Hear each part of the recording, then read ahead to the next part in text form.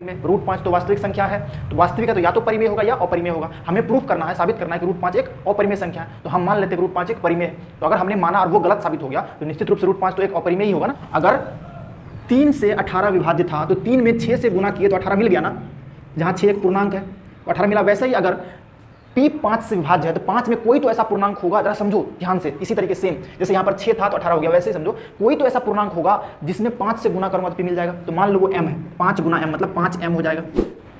Hello students, क्या हाल चाल है आप सबके। उम्मीद है आप सब बहुत अच्छे होंगे। मैं हूँ आर के रॉय और स्वागत है आप सभी का शिक्षा स्थान यूट्यूब चैनल पर। तो आज हम लोग कक्षा 10 का बिहार बोर्ड का जो BTC वाला मैथ है उसका प्रश्नावली 1.3 का पहला क्वेश्चन देखने वाले हैं। क्वेश्चन कहता है सिद्ध कीजिए कि रूट 5 एक अपरिमेय संख्या है।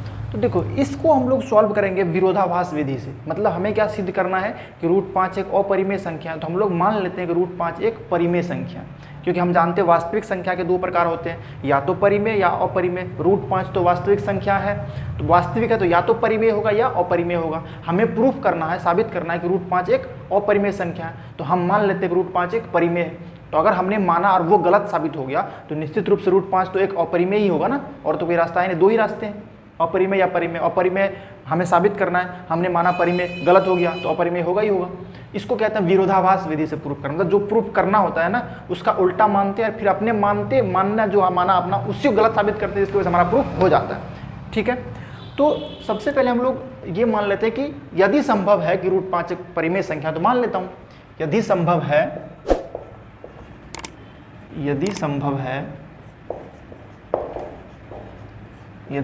है तो माना कि रूट 5 एक परिमेय संख्या है। ये पहला इसका कह सकते हो स्टेप है प्रूफ करने में, जो ये हमें सोचना पड़ता है। तो जब भी कहेगा ना कोई संख्या को जो प्रूफ करो कि ये अपरिमेय है, तो हम लोग यही स्टेटमेंट लगाएंगे, यदि संभव है तो माना कि रूट 5 एक परिमेय संख्या। अब परिमेय संख्या का परिभाषा क्या होता है? वैसी संख्या जिसको P/Q के रूप में लिख सकते हैं, जहाँ P और Q पूर्णांक होता है। उस पूर्णांक में अगर सब कुछ कॉमन रहता है, कटा देने के बाद वो सहअभाज्य बन जाता है। ठीक है, कुछ कॉमन नहीं होता है तब। तो रूट 5 एक परिमेय संख्या यदि माना तो इसको P/Q के रूप में तो लिख सकते हो ना। तो इसीलिए क्या हो जाएगा, रूट 5 बराबर P/Q। ये मान के चलो कि P और Q में जो भी कॉमन था वो कटा कुटा के ये PQ आया है। ठीक है, तो इसका मतलब क्या, कुछ भी कॉमन नहीं है इन दोनों में। ये P और Q पूर्णांक है लेकिन इन दोनों में कुछ भी कॉमन नहीं है, यानी ये दोनों आपस में सहअभाज्य है। जहां P तथा Q सहअभाज्य है तथा वो तो पता ही है कि Q 0 नहीं हो सकता, नीचे 0 नहीं होता है। ठीक है, Q और Q सहअभाज्य है, मतलब इन दोनों में कुछ भी कॉमन नहीं है। मतलब P और Q का HCF 1 है, तभी तो कॉमन नहीं है कुछ भी। ठीक है, अब क्या करते हैं, देखो यहाँ तक हुआ, ये दोनों साथ में जुड़ा। रूट 5 परिमेय माना तो रूट 5 बराबर P/Q लिखूंगा, और ये बहुत इंपॉर्टेंट लाइन लिखना, P और Q सहअभाज्य है, मतलब कुछ भी कॉमन नहीं है। दूसरा स्टेप क्या, दोनों और वर्ग करेंगे। एकदम स्टेप बाय स्टेप देखते जाओ। दोनों और वर्ग करने पर, दोनों और वर्ग मतलब स्क्वायर करना, तो दोनों और वर्ग करने पर, ठीक है, तो रूट 5 का स्क्वायर बराबर P/Q का होल स्क्वायर। ठीक है, तो रूट 5 के स्क्वायर से रूट कट जाएगा तो बचेगा क्या, 5 बराबर P²/Q²। ठीक है, अब क्रॉस गुना कर लो, 5 के नीचे में कुछ नहीं तो 1, तो P² को 1 से गुना होगा तो P² बराबर 5 गुना Q², तो 5Q²। P² बराबर 5Q² हो गया। ठीक है, अब देखो एक चीज़ कहीं लिखा हुआ, मान लो कि मैं 18 क्या लिख सकता हूँ, 3 गुना 6 लिख सकता हूँ गुणनखंड के तौर पर अगर लिख रहा हूँ तो क्या कहूँगा, अगर ऐसा लिखा हुआ तो बोलूँगा ना कि 3 जो है ना 18 का एक गुणनखंड है। इसका मतलब 3 18 को भागा करेगा, विभाजित करेगा पूरा पूरा। तो वही सेम यहाँ देखो, P² का एक गुणनखंड 5 है। इसका मतलब P² में जब मैं 5 से भागा लगाऊंगा तो पूरा पूरा भाग लग जाएगा। जैसे यहाँ पर 3 से मैं 18 में भागा लगाऊंगा तो पूरा पूरा लग जाएगा, क्योंकि इसका एक गुणनखंड है। ठीक है, तो क्या कहूँगा, इसका मतलब ये कि P² 5 से विभाज्य है, P² 5 से विभाज्य है। अब फिर सुनो, P² 5 से विभाज्य है तो P भी 5 से विभाज्य होगा। कैसे, देखो किसी नंबर को पकड़ो, मान लो मैंने पकड़ा 15, उसका स्क्वायर करो, तो 15 का स्क्वायर करेंगे तो कितना होगा, 225। 15 का स्क्वायर किया, अब 225 जो है ना वो 5 से विभाज्य है ना, 225 क्या है, 15 का स्क्वायर है। 15 का स्क्वायर यदि 5 से विभाज्य है तो 15 भी 5 से विभाज्य है कि नहीं, देखो तो 5 दिया 15 लग जाता है ना। मतलब यदि किसी नंबर का स्क्वायर किसी नंबर से विभाज्य है तो वो नंबर भी 5 से, यानी जो नंबर है उससे डिवाइड होगा। मतलब अगर मैं 5 के बारे में बात करूँ तो सीधा कहता हूँ, यदि किसी नंबर का स्क्वायर 5 से विभाज्य है तो वो नंबर भी 5 से विभाजित होगा। तो क्या लिखूंगा, इसीलिए P भी 5 से विभाज्य होगा। P भी 5 से विभाज्य होगा, ठीक है, P भी 5 से विभाज्य होगा। अब देखो जरा मैं मार्कर चेंज कर लूँ, P भी 5 से विभाज्य होगा। तो अगर P 5 से विभाज्य होगा तो कोई तो ऐसा नंबर होगा जिसमें 5 से गुना करूंगा तो P मिल जाएगा। जैसे देखो अगर 3 से 18 विभाज्य था तो 3 में 6 से गुना किए तो 18 मिल गया ना, जहाँ 6 एक पूर्णांक है तो 18 मिला। वैसे ही अगर P 5 से विभाज्य है तो 5 में कोई तो ऐसा पूर्णांक होगा, जरा समझो ध्यान से। इसी तरीके सेम जैसे यहाँ पर 6 था तो 18 हो गया, वैसे ही समझो कोई तो ऐसा पूर्णांक होगा जिसमें 5 से गुना करूँगा तो P मिल जाएगा। तो मान लो वो M है, 5 गुना M मतलब 5M हो जाएगा। जहाँ लिख दो जहाँ M एक पूर्णांक है, जहाँ M एक पूर्णांक है, ठीक है। तो P बराबर 5M हो गया। अब देखो दोनों ओर फिर से वर्ग करो, देखो एक बार वर्ग यहाँ किया, दूसरी बार वर्ग यहाँ करेंगे। दोनों ओर वर्ग करने पर ध्यान से देखते जाओ, जैसा जरूरत पड़ते जाएगा वो करते जाएंगे। दोनों ओर वर्ग करने पर क्या होगा, P का स्क्वायर बराबर 5M का होल स्क्वायर, ठीक है।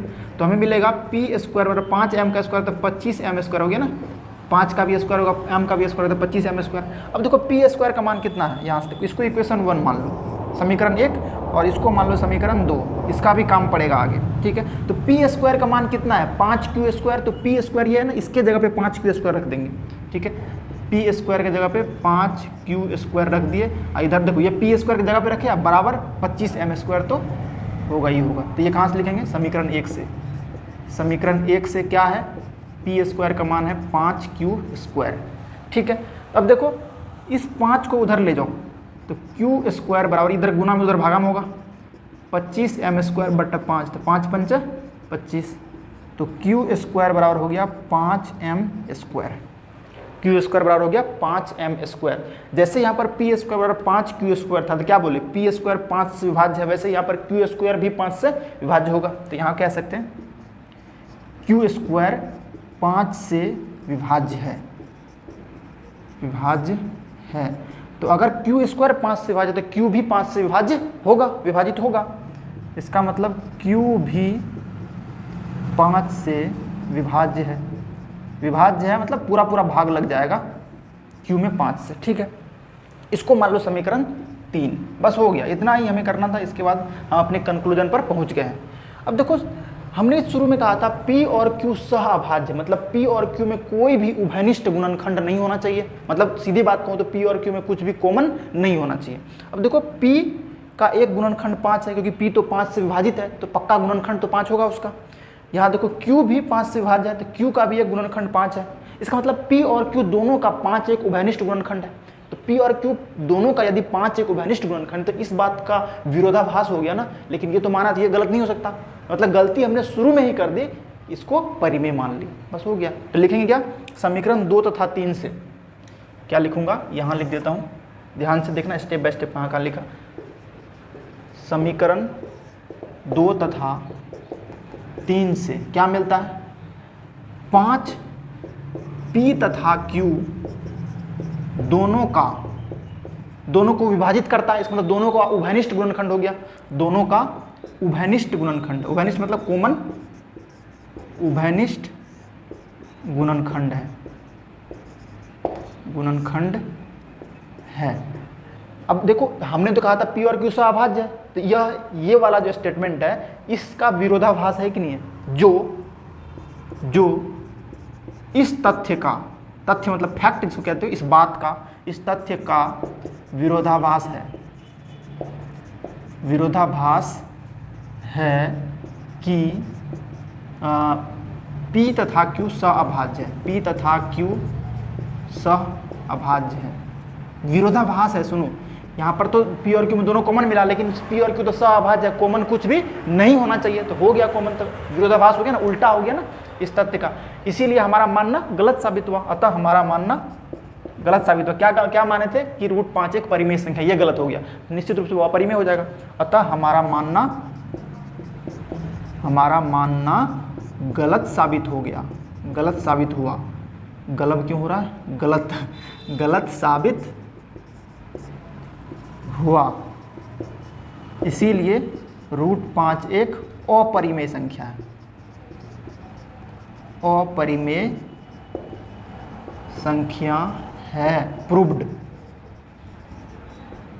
तो इस क्वेश्चन को 3-4 बार सॉल्व करोगे ना, या तो वीडियो देख लो या फिर खुद से सॉल्व करो, दिक्कत होगा तो फिर से देखना 2-3 बार करके, पूरा दिमाग में बैठ जाएगा। जो बता रहा हूँ उस बात को बहुत ध्यान से सुनना, और अगर नहीं आया समझ में फिर एक बार देख लो, निश्चित रूप से पूरा का पूरा क्लियर हो जाएगा। और 2-3 बार अगर इसको सॉल्व कर लेगा तो फिर तो यादें हो जाएगा, क्योंकि इसमें कुछ है नहीं। अब मान लो यहाँ पर √2 होता था, हर जगह 5 की जगह पे 2 शिफ्ट हो जाता, क्या और तो कुछ है नहीं। और हर बार बिहार बोर्ड में क्वेश्चन आता ही है, जानते हो, देखो क्वेश्चन बैंक उल्टा करके हर बार पूछता है इस तरीके से। कोई प्रूफ करोगे कि रूट इतना एक अपरिमेय संख्या, या जोड़ घटाव में कैसे भी दूसरा भी दे देता है, तो वो भी देखेंगे। तो पढ़ाई करते रहो, मिलते हैं नेक्स्ट वीडियो में। Thank you.